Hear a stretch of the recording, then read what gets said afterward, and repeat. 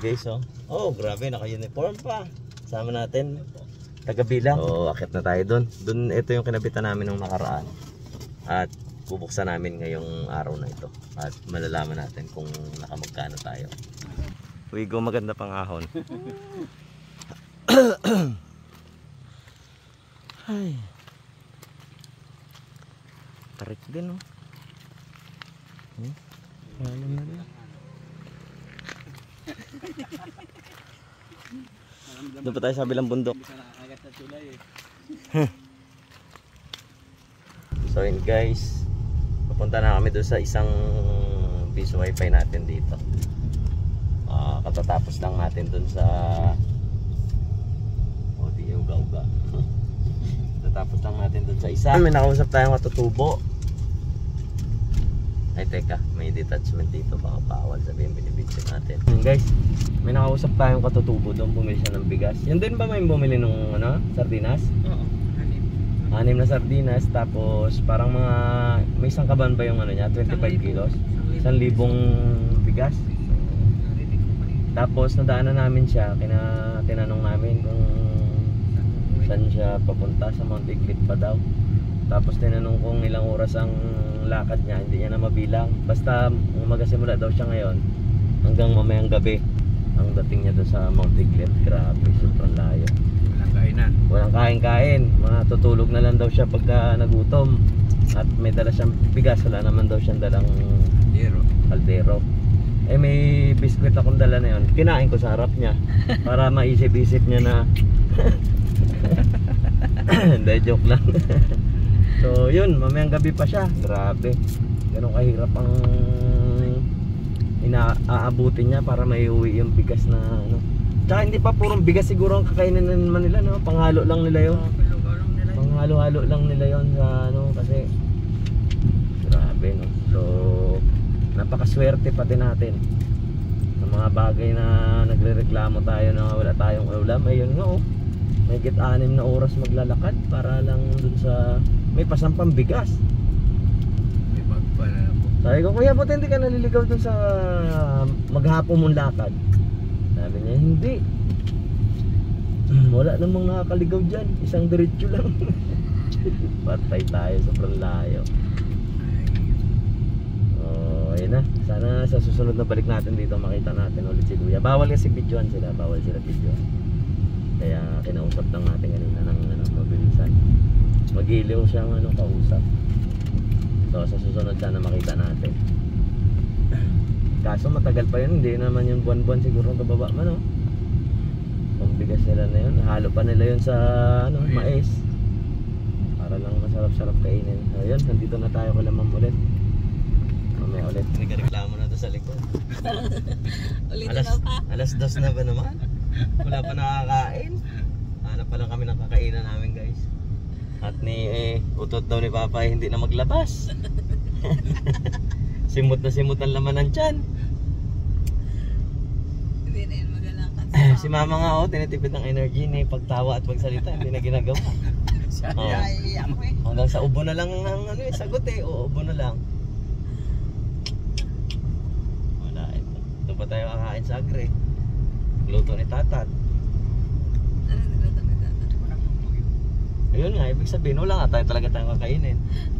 Ayos ka.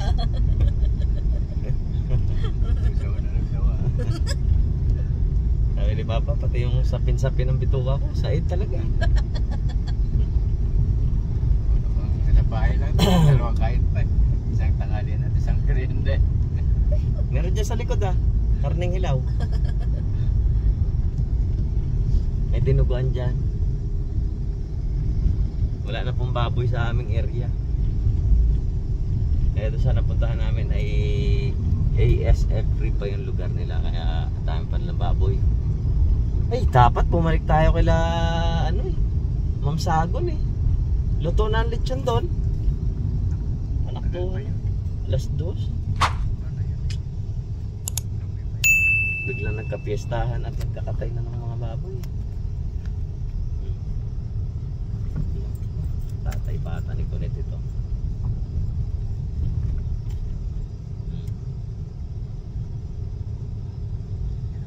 guys, hanap lang kami ng aming kakainan at malapit na magwala ito si mama sa gutom talaga. Ano? Imagine niya yung kwan eh. Sa luyot na may labong. Masarap daw may daing. Ako mas masarap kung may kanin.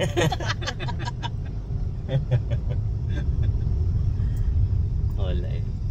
Wala na tayo Kahit pala makainan dito. bumili ako ng sardinas kanina pa, wala talagang kanin.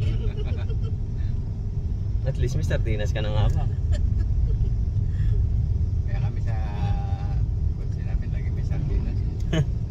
Meron din to, kaso ubos na rin talaga.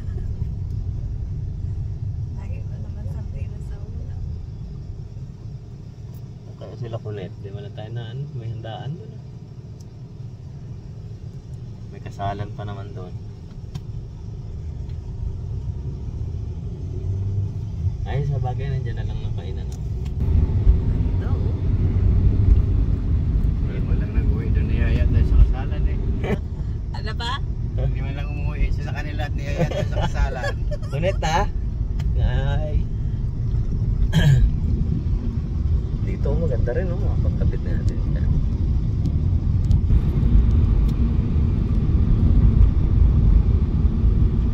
Malapit na. Yung tatay ni Kulit, baka inabangan tayo. Wala sa mga kakain nila yung mga aga, mga lasing na lahat yun.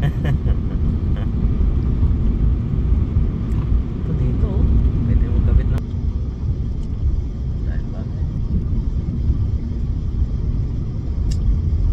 May buko juice dyan, oh. Saan? Dito sa kanan. Yung Oh, binila natin ang... Tayo eh. Ayan oh. May buko dyan so wala. At sobrang talaga kasi. Wala.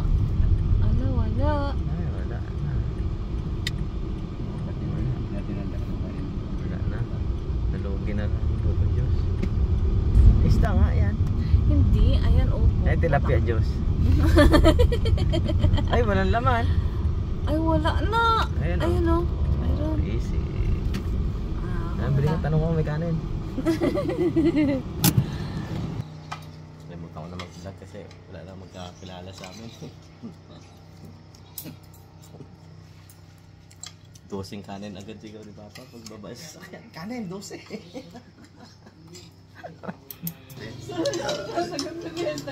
Hindi ko na sa naalala, sabi niya sabi ko may labong tsaka. Si Papa na sa ulian na nagkakwento na eh. Kanina? May labong. Kanina pa gugunaw na ang mundo ni Papa. Purgatorio. Iingay mo. Labong siyo, sabi niya. Sabi ko sarap kung may kanin. Si Papa tahimik na lang doon. Sabi ni Papa kung walang aircon to sa sakyan to, ligo na ako sa pawis sa ano, para panlalamig na katawan. Bakit? Isang bahay. Isang harvest na lang matutumbal na ako. Kayo? Nakmak. Malalakas pa ng loob magsasama. Pabigat pa pala ito ba? Si Papa pagsakay kanina doon sa sasakyan, palis pa lang tayo. Pang malakasan talaga yun. Pag mga hapon na walang problema. Bago mag-uwi, ba? Wala na. Tahimik na. Nag-iisip na si Papa kung magbaba, kung maglaka. Kung kakatok na may bahay doon, manginging kanin. May nakaisip na magbili sardinas. Kung nasa doon nga lang ito kanina, pakakain ko na ito. Mineral pa rin ang mahiyay na din. Kung Bumay. liit natin yun, may mga kagalaman tayo piling magiging ng kanin. Sabi ni Papa. Kung hindi tayo kakain ng kanin, inumin ko na ito. Ayaw mo busog siya doon. May gusto sa kanin. Kita mo din, nakadalawa. Ang matindi, kung nag-order ng dalawa, si Papa hindi game. Pinaniniwala yung sarili na isa lang ng mga kanin. Aba. Taliman. Ade, enjoy ang buko ha. Sabi nga pa. Ito ang gusto ko. Sa uli ang buko. Hindi yung kanina. Sa uli. Matindi ang gutom. Kalintaan pa na. Tapos susunod po mag-aaral ng Pangasinan. Ay, ng Bulacan. Sabi ni Mama, ayun, nagkaupo lang naman at matutulog. Hindi naman mag-harvest-harvest. Unang ano ba naman, lakad pa pabundok. Sabi ni Papa, pigilin ko yung gutom ko. Oo, malapit na ako. Sabi ako, tingnan mo.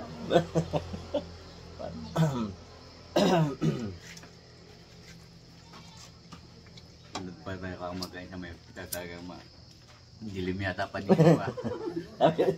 Sabi ni Papa, gisingin niyo na lang ako pagkakain. Bakit? Pakulaps na. Kaya makikita ko siya yan. Sabi niya magkakolapse siya. Sabi ko sa sarili ko, baka mauna pa ako.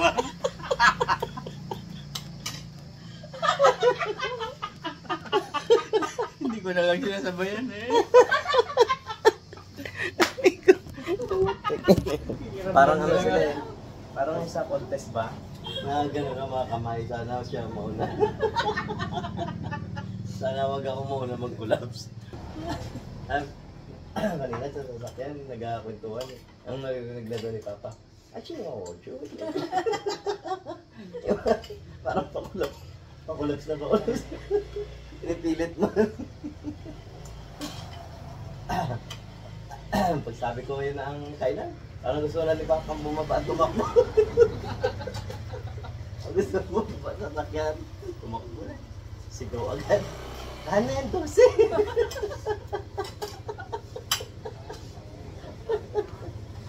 Gulat ang karinderya. 4, 12 lang. Pawis lang kami yan pala. Kung makikita natin, may mga tao tayong aabutan. Kadami niyong baon. May thermos pa, may kape, sinakay. Pampikmik talaga yun. Ngayon, Cloud9. Sakto kasi. Pero may ginagawa tayo kahit pa paano eh na. Ay, yung mga yan, oitis na lang ng gutom, tutulog nga na lang Tulog yun. na ako. Eh, paano ba naman? Sakto lang naman kasi yung baon. Kambyo ko pa lang ng primera ay kumain na si Mama. Hindi pa nga ako uminit ang puwit ko kain. Sabi na, alam ko akin to. Kain agad? Kapusog pa yun. Bakbakan. Kaya nga, dapat yun ay ate-ate. Pagkapagutom na, sabay-sabay kakain. O sabay-sabay maaampat. Ikaw lang ang hindi nanginig. Ang mga unang subo ni Papa, parang sarap na sarap. Yun o kay kila Ate Rachel na sagon. Thank you. Sarap yung dinuguan mo tayo. Hindi namin pa to. Paano ba maiwan? Hindi ko maupos. Kung walang sili dyan, parang ubos. At saka kay Ma'am Olivia Gadon. Yan. Thank you Ma'am sa papaon mong ano, ASF. At saka kay Kuya Jun Bell. Sunod na buwan ulit, pagbalik na ang katay ulit kayo! Ba? Nakailang ah. Isipin nila na stroke ako.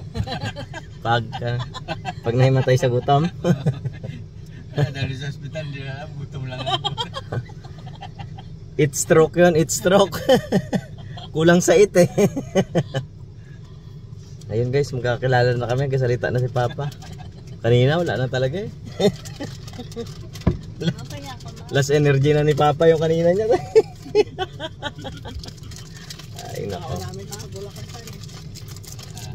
Tamo yung mangyan, bibigyan natin ng candy doon, meron ka pala. Oo nga, nung maalala ko, malayo na tayo. Ay nako, taong simbahan ka pa naman.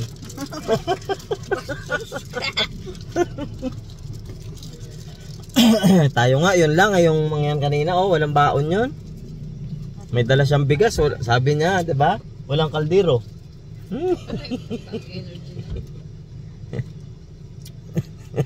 Hindi Si Papa, nag-vlog, tapon pa naman. Yate na yan. Ay na. Lapit na, konti na lang. Hindi pa natiis yung gutom na yan. Natipid sana 500.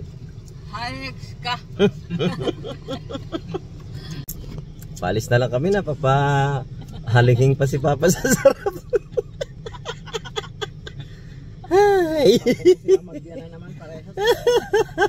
Sabi ni Papa, ngayon ko lang na-appreciate ang ginataan. Bakbak. Pagka nagkakuha ka ng sabaw, sama man tingin sa'yo eh. Ako na sabihin, dalwahin mo na yung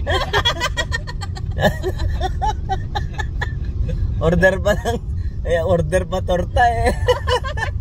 Kaya ko tindi ng gutom ni Papa talaga. Sige yan, dalawahin mo na yan. Bakbak. Tindi ng gutom na inabot na yun.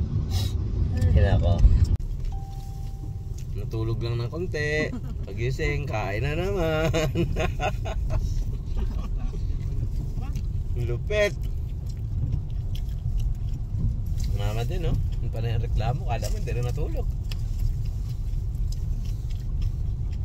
Sandamakmak na HPG ngayon na daanan natin eh. Tulog na tulog kayo. Muntik na kayo kunin. Alam ka po eh. Aray!